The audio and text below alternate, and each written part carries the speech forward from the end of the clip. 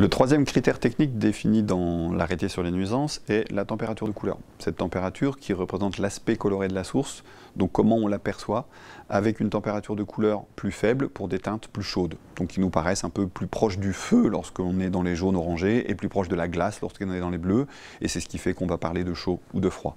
Donc aujourd'hui, le critère fixé dans l'arrêté nuisance, il est là pourquoi on veut fixer et pourquoi on veut limiter cette température de couleur. En fait, il faut bien comprendre la température de couleur. Quand on est à 3000 Kelvin et qu'on a une teinte chaude, il y a peu de bleu dans cette teinte.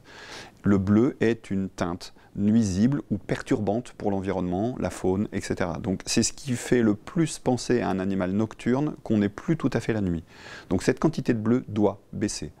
Pour baisser, il est obligatoire de se limiter en température de couleur. Donc c'est pour ça que pour beaucoup de cas dans cet arrêté, le 4000 Kelvin est interdit, puisque le 4000 Kelvin contient plus de bleu que le 3000 Kelvin. Pour revenir à cette notion de température de couleur, on peut du coup parler de couleur aussi. C'est-à-dire qu'on s'est dit, bon bah, si la limitation est à 4000 Kelvin, je vais quand même mettre du bleu pour éclairer mon passage piéton par exemple.